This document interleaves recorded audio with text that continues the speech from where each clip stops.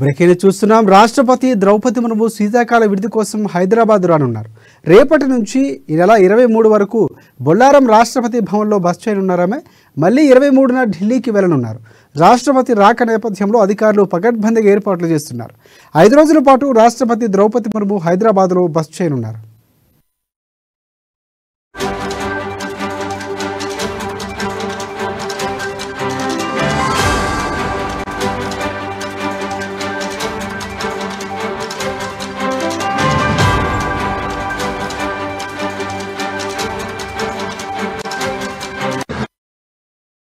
Right, breaking చూస్తున్నాం. రాష్ట్రపతి ద్రౌపది ముర్ము శీతాకాల విడిది కోసం హైదరాబాద్ రానున్నారు. రేపటి నుంచి నెల 23 వరకు బొల్లారం రాష్ట్రపతి భవన్లో బస చేయనున్నారు.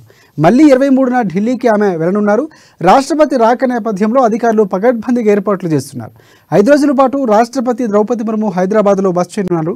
దీనిపై పూర్తి అప్డేట్స్ అందించేందుకు మా ఇన్పుట్ ఎడిటర్ శ్రీనివాస్ మనకి అందుబాటులో ఉన్నారు. శ్రీనివాస్, చెప్పండి. రైట్ శేఖర్, ఏదైతే రాష్ట్రపతి ద్రౌపది ముర్ము మొదటిసారిగా తెలంగాణకు రాబోతుంది. ఏదైతే రాష్ట్రపతి నిలయంలో ఆమె బసకు ఏర్పాట్లు చేశారు. నిన్నటి నుంచి కూడా రాష్ట్రపతి నిలయంలో సాధారణ ప్రజానీకానికి అయితే రావడాన్ని ఆపేశారు. ఎందుకంటే ఇప్పటి వరకు కూడా, అంటే రాష్ట్రపతి లేనంత వరకు కూడా రాష్ట్రపతి నిలయం సాధారణ ప్రజానీకానికి విజిట్ చేయడానికి అవకాశం ఉంటుంది. కానీ వన్స్ ఒకసారి రాష్ట్రపతి వస్తున్నారనగా ఆ ప్రాంగణాన్ని అంతా కూడా మిలిటరీ ఆధ్వర్యంలో వెళ్ళిపోతుంది. సో దీనికి సంబంధించి చూసుకుంటే కనుక మనకి ఇప్పటికే రాష్ట్రపతి నిలయం అంతా కూడా మిలిటరీ చేతుల్లో హ్యాండ్ ఓవర్ లో ఉంది. వాళ్ళంతా కూడా ఆ ఏరియానంతా కూడా వాళ్ళ చేతుల్లో తీసుకోవడం జరిగింది. అదేవిధంగా రాష్ట్రపతి నిలయంలో ఏవైతే పిచ్చి మొక్కలు కావచ్చు, ఇంకేదైనా భద్రతాపరమైన ఏమంటే అవన్నీ కూడా సెట్ చేసుకుంటున్నారు. 5 రోజుల పాటు ద్రౌపది ముర్ము ఇక్కడ పర్యటన చేయబోతున్నారు.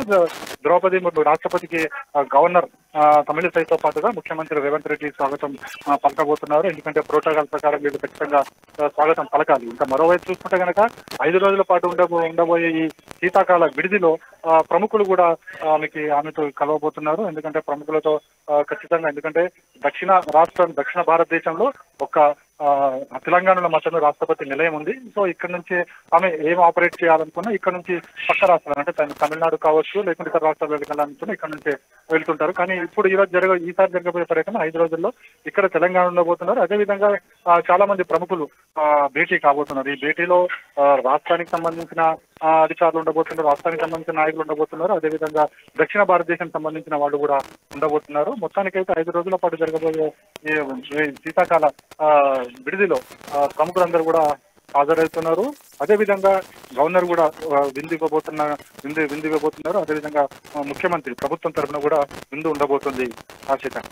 రైట్, అంటే ద్రౌపది ముర్ముకు సంబంధించి షెడ్యూల్ ఏమైనా ప్రకటించినటువంటి పరిస్థితి ఏమైనా ఉందా? అంటే 5 రోజుల పాటు ఆమె కార్యక్రమాలకు సంబంధించి ఏమైనా షెడ్యూల్ విడుదల చేస్తారా? ఎలా ఉండబోతుంది అనేది అంటే ఇంతవరకు అయితే షెడ్యూల్ రాలేదు. అంటే షెడ్యూల్ అప్పుడే ఇవ్వరు. ఎందుకంటే సెక్యూరిటీ రీజన్స్ షెడ్యూల్ అప్పుడే ఉండదు. అంటే వచ్చే ముందు షెడ్యూల్ విడుదల చేస్తారు. అది కూడా రాష్ట్రపతి నిలయం నుంచి, రాష్ట్రపతి భవన్ నుంచి మాత్రమే వస్తుంది, రాష్ట్రపతి ఆఫీస్ నుంచి. సో ఇప్పటివరకు అయితే టెంటేటివ్ గా షెడ్యూల్ ఇంకో ఏమీ లేదు. ఫస్ట్ హైదరాబాద్ చేరుకుంటారు. అటు గవర్నరు, అదేవిధంగా ముఖ్యమంత్రి ఆమెకి స్వాగతం పలకబోతున్నారు. ఆ తర్వాత నేరుగా ఆమె రాష్ట్రపతి నిలయం వెళ్తారు. అక్కడ కూర్చున్న తర్వాత అక్కడ ప్రముఖులందరూ కూడా రాష్ట్రపతి నిలయంలోనే భేటీ కాబోతున్నారు. Right, thanks for updates Srinivas.